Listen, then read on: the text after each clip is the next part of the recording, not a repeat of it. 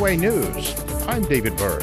Iran's President Hassan Rouhani said on Tuesday a special court should be formed to probe the downing of a Ukrainian passenger jet that killed all 176 people aboard. Reuters' Adam Reed has more. Iran's judiciary have arrested an undisclosed number of suspects for their role in the crash, as anti-government demonstrations triggered by the disaster entered a fourth day.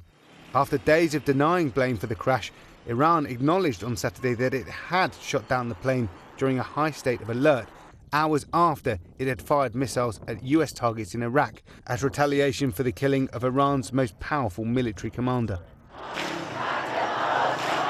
Since then, protesters, including hundreds of students, have held anti-government demonstrations, with some being met by a visible and violent police crackdown.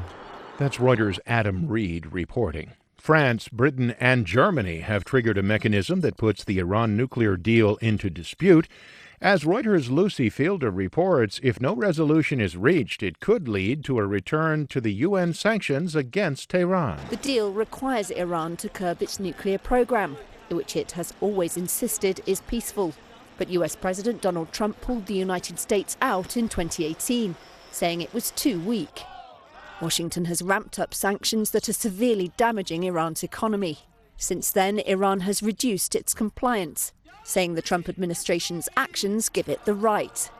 The question is now whether the European powers' step is a nail in the deal's coffin. The EU, which acts as guarantor and must now inform fellow signatories Russia, China and Iran itself, said it wanted a return to compliance, not to sanctions. That's Lucy Fielder reporting. For more, be sure to log on to our website, voanews.com.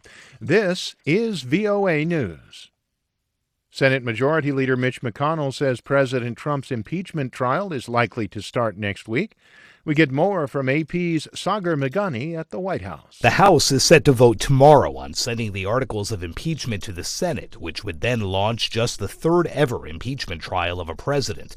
GOP Chief Mitch McConnell says he's aiming for Tuesday, after running into Republican opposition for a plan to simply dismiss the charges. Our members feel that we have an obligation to listen to the arguments. He's also under growing pressure to call fresh witnesses. If you want the truth, you have to have witnesses. You have to have documents. Democratic leader Chuck Schumer says more Republicans are coming around to that idea, though McConnell says it's too early to decide on allowing new testimony.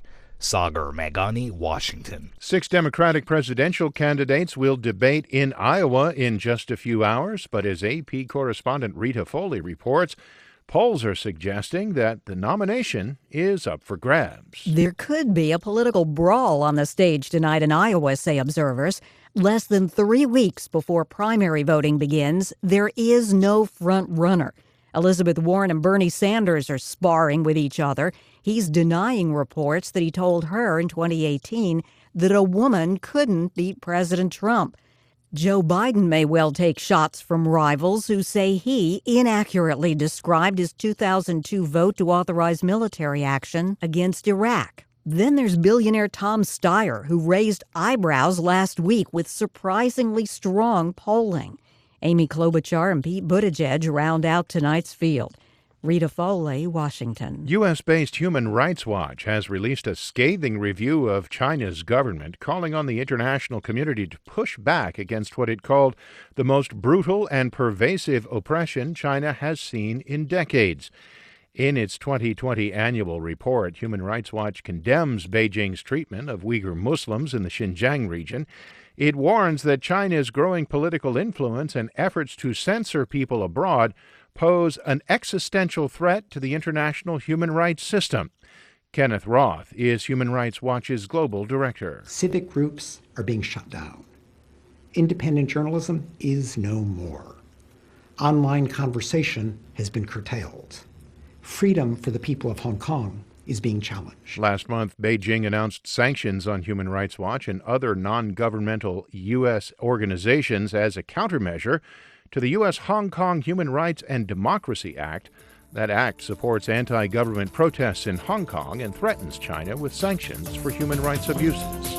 For more, visit voanews.com. I'm David Byrd, VOA News.